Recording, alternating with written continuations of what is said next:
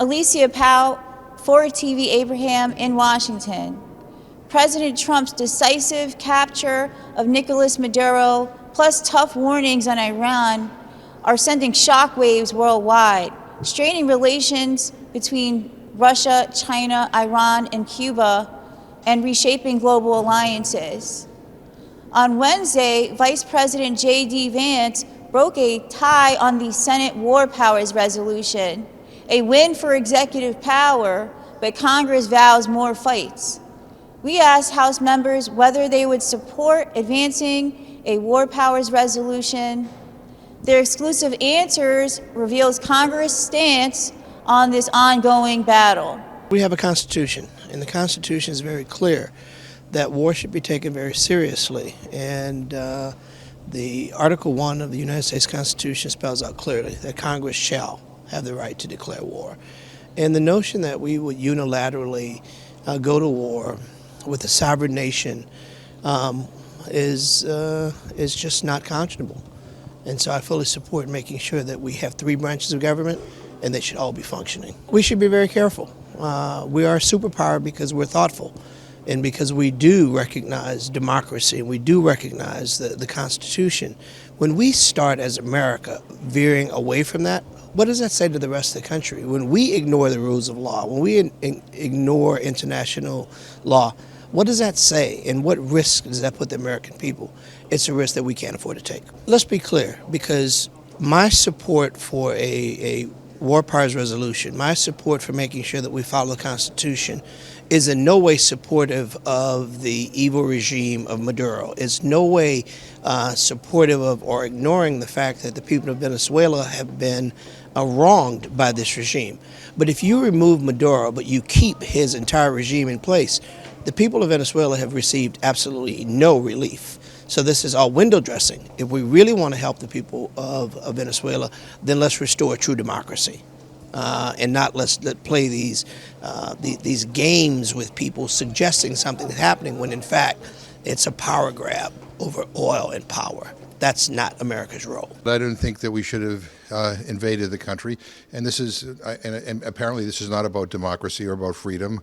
Trump doesn't care about that stuff. It's about oil. It's not about drugs. He doesn't mention it anymore. It's all about oil. He briefed the oil executives before he briefed members of Congress, and I think that's outrageous. The idea that in today's world you can have congressional involvement prior to effective inappropriate and legal military operations, that's sort of disconnected from the reality of the 21st century. I mean, it's not the 40s anymore, you know. Things don't move slowly, but Congress still moves very slowly.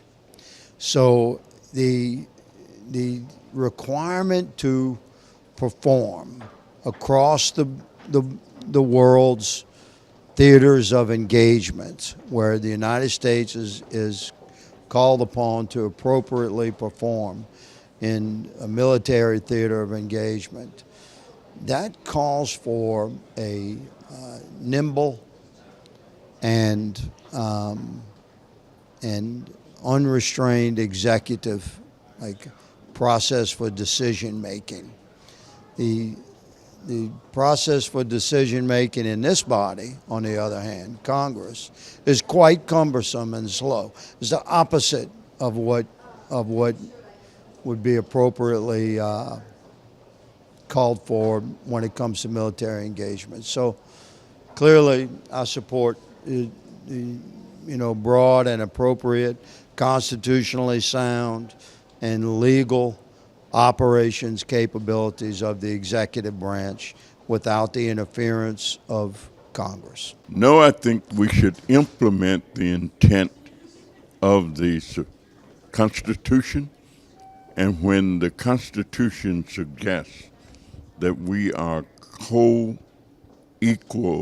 units and co-equal systems, and that Congress has the power and the authority and should be actively engaged in any declaration of war. It should not be just the idea or the thought of the decision of just who might be president and those who advise him or her. I think Congress has the authority and should have the right to exercise that authority. Once again, should Congress appropriate money, then that money should flow based upon the appropriation. The president has an opportunity to veto legislation, to veto action, but not to just take the authority to decide like a king or a czar that here's what we're going to do. It's an indication that there is some instability in terms of our governments in some places not function according to democratic principles and democratic processes, or what is established and has been established as the rule of law. I think there is a way to help them, a way to assist them, but I don't think that we have the authority nor the responsibility to control them. I don't believe that the United States should make the decision to go to war without Congress and without the full representation of the American people. In 1957, 1991, 01, and 02, Congress had passed something called the Authorized Use of Military Force. This is actually a complete abdication of congressional war power authorities that's constitutionally afforded to us under Article 1, Section 8, Clause 11 through 13.